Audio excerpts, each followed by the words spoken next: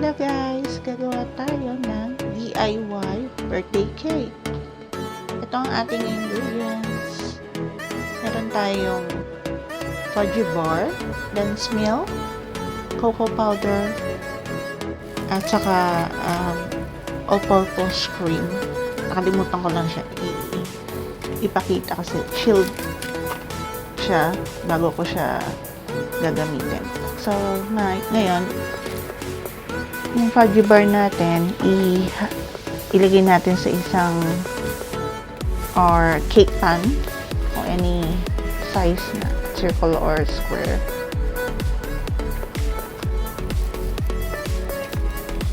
Assemble lang natin ito.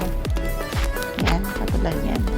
And then, sa isang bowl, i-beat natin ang ating all-purpose cream hanggang sa mag-double ang size.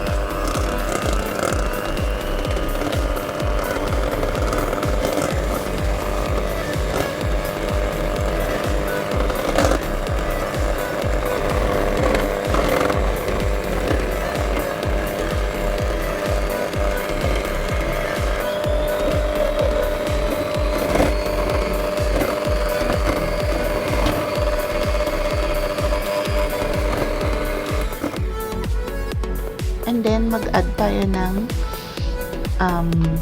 condensed milk para medyo siguro mga mga 1/3 cup.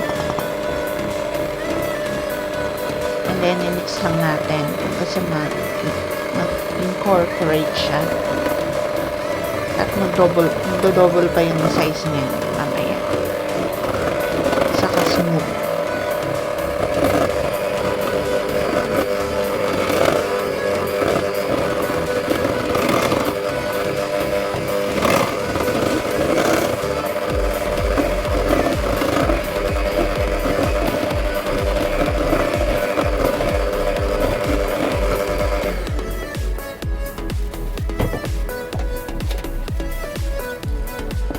Kapag medyo spreadable na siya, ayan, pwede na natin ito yung pagbibit.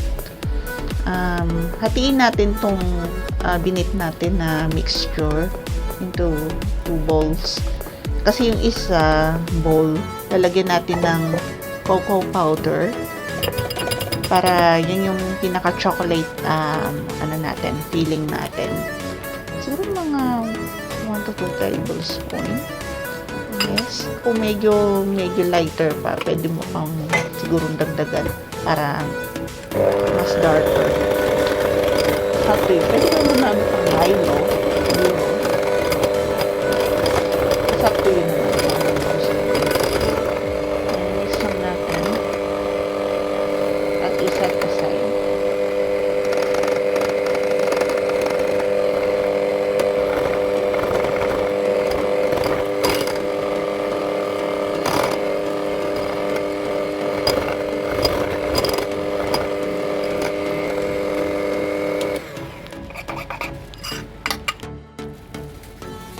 Ngayon, pwede na nating i-assemble ang ating mixture sa ating fudgy bar na cake.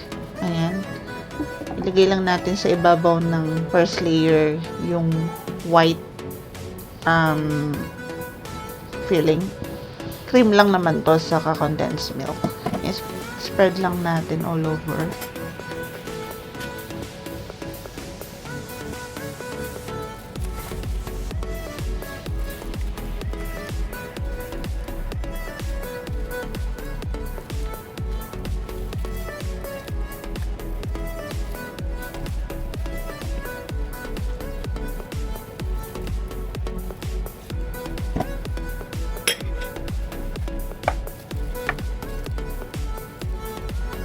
So, ngayon, nilagay natin yung second layer ng fudgy bar on top. Yan, punuin lang natin siya. Same lang ng kung anong ginawa natin sa first layer. Hopefully, magkasya lahat.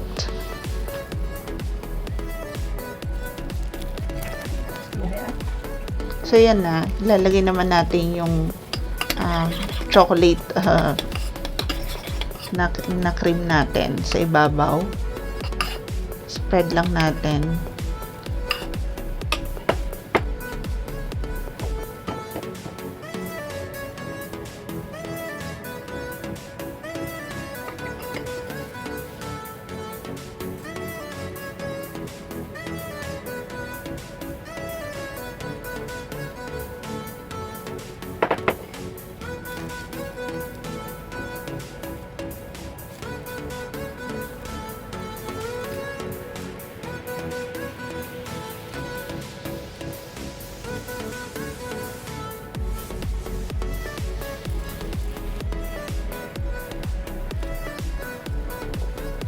Ayan na. Tapos yung mga crumbs na galing doon sa fudgy bar, pwede nating ilagay sa ibabaw ng cake natin. For design lang ba. Ayan, tapos i-set aside natin. I-fridge lang natin ng an hour. 1 hour later. So, ito na siya. Set na siya. After an hour sa fridge. Ayan, i-assemble natin. Tanggalin natin sa pinaka-pan. At ilagay natin yung natirang chocolate filling at ilagay natin sa mga sides ng pinaka-cake.